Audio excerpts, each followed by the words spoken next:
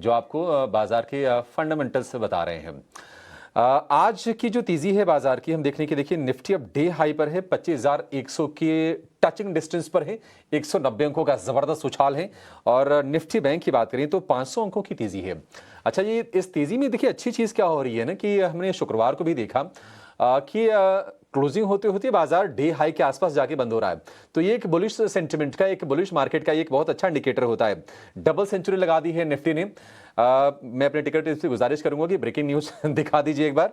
और Nifty bank 56,100 के ऊपर जाके कारोबार करता हुआ दिखाई देगा। और आज की तेजी के पीछे की बड़ी वजह यह है कि बैंकिंग के अलावा आईटी शेयरों ने बहुत बढ़िया सपोर्ट देने का काम किया है।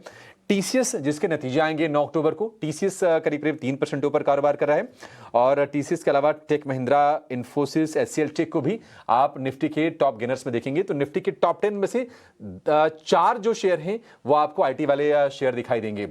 एक राय राजेश जी आपसे चाहिए, आईटी में आज तेजी हो तो रही है, लेकिन हकीकत यह भी है कि बाजार अगर पिछले एक साल में अगर 4-5% नीचे है तो आईटी वाले जो शेयर हैं वो 20 से 30% नीचे हैं। नेट नेट अगर देखेंगे तो पिछले साल से अब तक एक साल में टीसीएस करीब 30% नीचे है, इन्फोसिस करीब करीब 25% नीचे है। अगर हम एचसीएल टेक की बात करें तो करीब करीब 20% नीचे ये शेयर है। तो आज की तेजी से आप कितने उत्साहित हैं राजेश जी, और क्या नतीजों से पहले किसी को पोजीशन लेने की सलाह देंगे थोड़ा लंबी अवधि के लिए, पोजिशनल या फिर निवेश के लिए, या फिर आप एक्चुअल नंबर्स का वेट करना चाहेंगे? नमस्कार अभिषेक जी, आपने ठीक कहा, आईटी में आज तेजी है। और अगर आप देखो तो आईटी में जो मंदी पिछले कई महीनों से या चल रही है, या आपने जैसे कहा कि पूरे साल में अभी भी गिरावट है, तो उसके कई कारण थे। एक तो लगातार फेड की तरफ से कोई इशारे नहीं आ रहे थे, और लगातार ये बना हुआ था कि जब फेड रेट कट करना चालू करेगा तो हो सकता है डिस्क्रिशनरी स्पेंडिंग वहां बढ़े, जिससे आईटी को सहारा मिले। और वही हुआ है। आप देखिए आईटी में जब फेड ने वहां रेट कट की है, उसके बाद से ही आईटी में उछाल आया है। दूसरे अगर आप देखें तो जो वो H1B वीजा को $1 लाख की कागजात चली, जिसमें करीब करीब 88 लाख रुपए के खर्चे अतिरिक्त आएंगे, जिसको लेकर के ऐसा लगने लगा कि IT sector as a whole में दिक्कतें आने वाली। बट मेरा ये मानना है कि आईटी एकदम से खत्म नहीं हो जाएगा। एक रिकैलिब्रेशन फेज जिसे कहते हैं, उसमें एंटर कर रहा है, जहाँ जीसीसी वगैरह की बढ़त होगी और कैपेबिलिटीज चेंज होगी, इंडिया में कैपेबिलिटीज बढ़ाई जाएंगी। इस तरीके के एक पूरा रीस्ट्रक्चर हो रहा है, एक तरीके से कहना चाहूंगा। अब इस सब चीजों के बीच में अगर आप देखो तो बैलेंस शीट्स प्राइस अभी की स्ट्रांग है। ऑर्डर बुक उतनी खराब नहीं है जितनी कि लोग सोच रहे हैं कि इनके ऑर्डर्स आने बंद हो गए हैं। और अगर दिग्गजों की बात की जाए, जैसे आपने टीसीएस की बात करी, तो मैं जोड़ दूं कि आज ही हमने इनिशिएटिंग कवरेज आज सुबह ही रिलीज करी है। अ, अगर आप देखो तो मार्केट लीडर के तरीके से स्टैंड आउट करता है। रोबस्ट ऑर्डर बुक है, न केवल वर्टिकल्स, अलग अलग वर्टिकल्स में, बल्कि अलग अलग ज्योग्राफीज में भी बैलेंस शीट बहुत स्ट्रांग है। और जो इंडस्ट्री के लीडिंग ऑपरेटिंग मैट्रिक्स है उसमें सबसे बेहतर पड़ता है। और लगातार इन्होंने रिसर्च इनोवेशन में अपने खर्चे किए हैं, जिसके फायदे ने आने वाले दिनों में लेंगे। डिविडेंड अच्छा देती है, कैश कन्वर्शन एबिलिटी इनकी बहुत अच्छी है। तो इन सब चीजों के मद्देनजर हमें टीसीएस अच्छा लग रहा है। इन्फोसिस की अगर बात की जाए तो वैल्यूएशन बहुत अच्छे लग रहे हैं। एआई, क्लाउड, डिजिटल ट्रांसफॉर्मेशन से इनके अपसाइड बहुत अच्छी नजर आ रही है। डिविडेंड ये भी अच्छा देती है, वैल्यूएशन इसके भी अच्छे हैं। और मुझे लगता है ये दो दिग्गज कंपनियों के अलावा अगर किसी को देखना हो तो मैं समझता हूँ परसिस्टेंट एक अच्छी निवेश साबित हो सकता है। इंटेलेक्ट डिजाइन अच्छा निवेश साबित हो सकता है। तो ये सब कुछ स्टॉक्स हैं जो अगर लंबी अवधि का नजरिया रखा जाए, साल भर का, तो मुझे लगता है कि मौजूदा स्तर से डिसेंट अपसाइड दे सकता है। शॉर्ट टर्म में मार्केट वॉलेटिलिटी खबरों की वजह से चलती रहेगी। ट्रम्प साहब के कुछ भी ट्वीट्स आते रहेंगे, वहां से दिक्कतें आती रहेंगी, बट लंबी अवधि में ये स्टॉक अच्छे रिटर्न दे सकते हैं। ठीक है, लंबी अवधि का अगर आपका नजरिया है तो अच्छे रिटर्न दे सकते हैं। इस बीच देखिए पूर्वी हिस्से की बात करें जहां से राजेश जी आते हैं, पश्चिम बंगाल में, वहां पर बारिश के चलते, लैंडस्लाइड के चलते तूफानी बारिश हो रही है और काफ़ी ज़्यादा नुकसान हुआ है। दार्जिलिंग में हमने देखा था कि लैंडस्लाइड से करीब करीब 28-30 लोगों की डेथ हुई है। बहुत सारे लोग वहाँ पर लापता अभी भी हैं। राजेश जी, जरा बताएंगे आप कि आपके कोलकाता की क्या स्थिति है? क्या बारिश-वारिश वहां पर थम गई है? जनजीवन सामान्य है या फिर अभी भी चैलेंजेस आ रहे हैं लोगों को?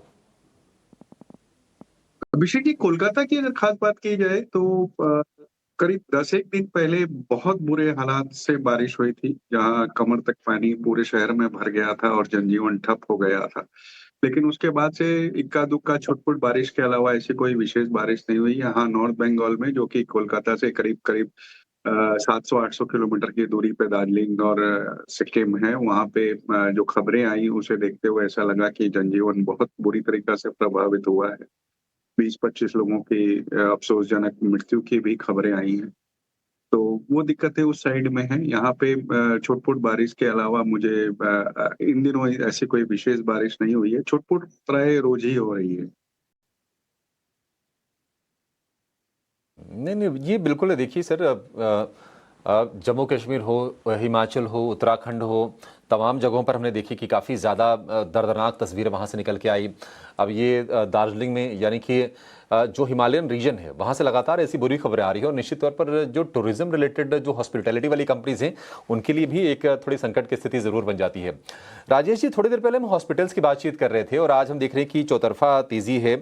फोर्टिसो, मैक्स, यथार्थ, यहाँ तक कि डायग्नोस्टिक वाली कंपनीज भी चल रही हैं। और जब भी हम बातचीत करते हैं कि अगर किसी को फ्यूचरिस्टिक सोचना हो, जहाँ पर वैल्यूएशंस थोड़े से अच्छे हों और ग्रोथ की जो संभावना हो काफ़ी अपार हो, तो तमाम वॉइसेस यही होती हैं कि हॉस्पिटल आपके पोर्टफोलियो में ज़रूर होना चाहिए।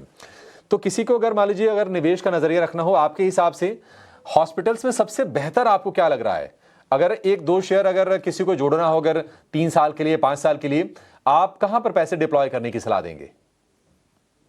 आपने सही कहा अभिषेक जी, हमने भी कई बार आपके साथ चर्चा करी है कि हॉस्पिटल स्टॉक्स बहुत अच्छे लग रहे हैं। कारण कई थे कि अ, कई हॉस्पिटल में अगर आप देखो तो लगातार एक्सपेंशन हो रहे हैं और इस एक्सपेंशन के बावजूद इतने नए बेड्स जुड़ने के बावजूद आज की डेट में अगर आप देखेंगे तो भारत में बेड की डेंसिटी बहुत नीचे है।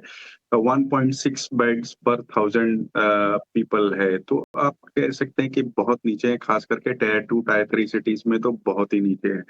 दूसरे अगर आप देखेंगे तो आज जो खबरें आई सीजीएचएस की, उसके कारण से थोड़ा रेवेन्यू बूस्ट आएगा, लेकिन वो लिस्टेड प्लेयर्स में उतने ज़्यादा रेवेन्यू को कंट्रीब्यूट नहीं करता है।